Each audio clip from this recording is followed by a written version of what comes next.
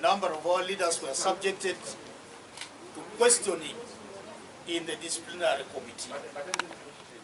So today, without diverging anything, in particular, we are going to listen to a report coming from the chairperson of the disciplinary committee, who is the Honorable Robert Franco Centenary, Vice Chairman coming from Western Uganda. And then, decisions will be taken by this forum on what to do with those errand members who have chosen, not to follow procedures within the party. We would like to use this as an opportunity to send a message to our members that indiscipline in the party is not going to be tolerated in the setting of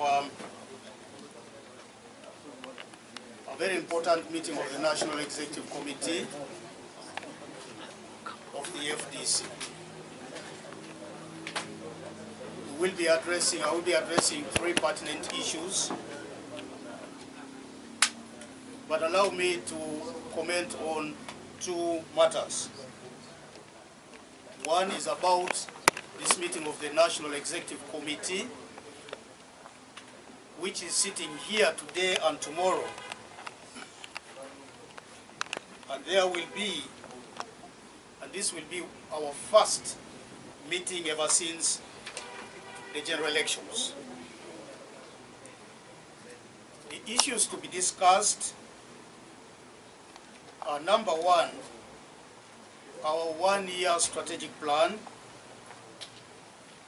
which will guide the party direction for the period ahead. We recognize that the party has had its share of troubles in the recent past and has registered a decline in the number of elected leaders. Because of this, we find it quite urgent that we reorganize ourselves. And in order to reorganize ourselves, we need to have a plan. So the plan that is going to be discussed today and tomorrow is going to be based on our 5-year strategic plan, now domesticated to a single year. From June 2026 to May 2027. We are also going to be discussing party discipline. And we really wanted to be candid with each other while discussing this, so that we're able to establish the do and don'ts of our party that could potentially, if not addressed, generate conflict in the party. The other issue that we are going to be addressing is approval of nomination of persons to occupy vacant positions in the National Executive Committee. And so the chairman for Northern Uganda position, where the Honorable James Otoa Pili defected to the NRM, will be discussed. The Secretary for Works, which docket fell vacant owing to the defection of Engineer Pai to the PFF, will also be discussed. The position for Deputy Secretary for Works will also be discussed.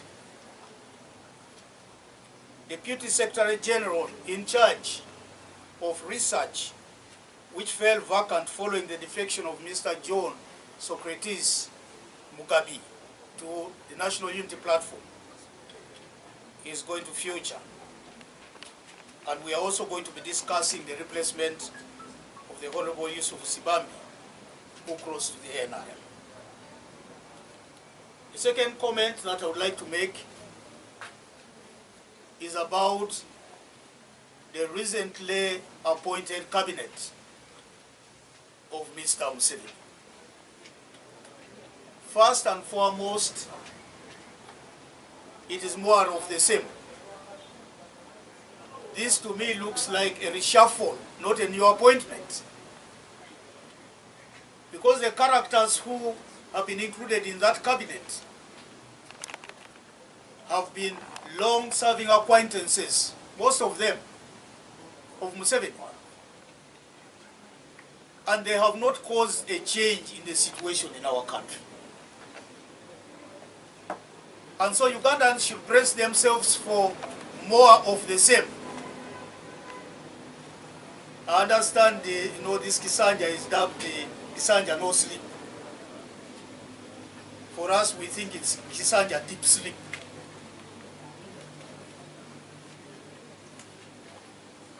Cabinet, any cabinet under the NRM